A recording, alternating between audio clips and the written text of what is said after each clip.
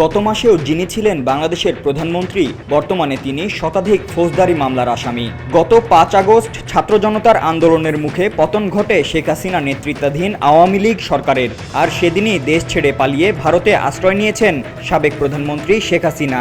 বর্তমানে তিনি ভারতে অবস্থান করলেও আগামী ১৮ সেপ্টেম্বর থেকে ভারতের মাটিতে থাকার বৈধতা হারাতে যাচ্ছেন তিনি। একই সঙ্গে তাকে ফেরত পাঠাতে ঢাকা থেকেও দাবি তোলা হচ্ছে। এমন পরিস্থিতিতে এখন প্রশ্ন উঠেছে, শেখ হাসিনার ভবিষ্যৎ কি হতে যাচ্ছে? শেখ হাসিনা ভারতে এসে অবস্থান করছেন ৩ সপ্তাহের বেশি সময় ধরে। চরম গোপনীয়তা ও কড়া সুরক্ষার মধ্যে ভারত সরকার আপাতত তার থাকার ব্যবস্থা করেছে ঠিকই, কিন্তু তার সম্পর্কে কি চূড়ান্ত সিদ্ধান্ত নেওয়া হবে সে বিষয়ে আনুষ্ঠানিকভাবে এখনও কিছুই জানানো হয়নি। এমন পরিস্থিতিতে বাংলাদেশের নতুন সরকারের সঙ্গে সম্পর্ক উন্নয়নের চ্যালেঞ্জের সামনে রয়েছে ভারত। তাই বলা যায়, শেখ হাসিনাকে নিয়ে ভারতের প্রধানমন্ত্রী নরেন্দ্র মোদী সরকার একরকম বেকায়দায় পড়েছে। ভারতের এস্টাবলিশমেন্টের একটি সূত্র বলছেন, বাংলাদেশের নতুন শাসক গোষ্ঠীর সঙ্গে কাজ করতে উদ্গ্রীব নয়াদিল্লি, কিন্তু পুরো প্রক্রিয়া অনুকূলে নেই। এটা অনিশ্চয়তার ফলেই সৃষ্টি হয়েছে। এর একটি উদাহরণ হলো পূর্বাঞ্চলীয় সীমান্তের আইন শৃঙ্খলার কথা মাথায় রেখে পূর্ণাঙ্গ ভিসা সার্ভিস বন্ধ রাখা।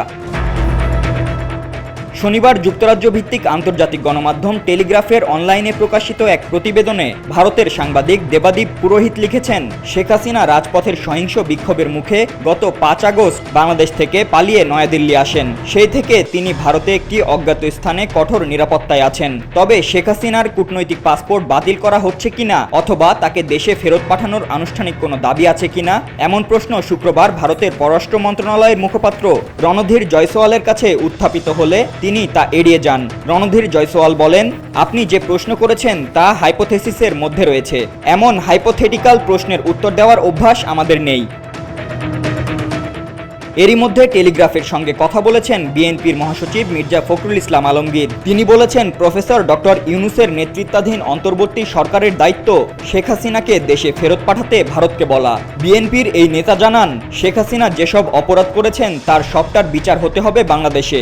আমি জানি না কেন ভারতের কাছে এই বিষয়টি তুলে ধরেনি অন্তর্বর্তী সরকার। মির্জা ফখরুলের মন্তব্য ভারতের এস্টাবলিশমেন্টের প্রতিক্রিয়ার সঙ্গে সামঞ্জস্যপূর্ণ। তারা বলেছে, শেখ হাসিনাকে ফেরত পাঠানোর কোনো অনুরোধ ভারত চাপা দিয়ে রাখেনি।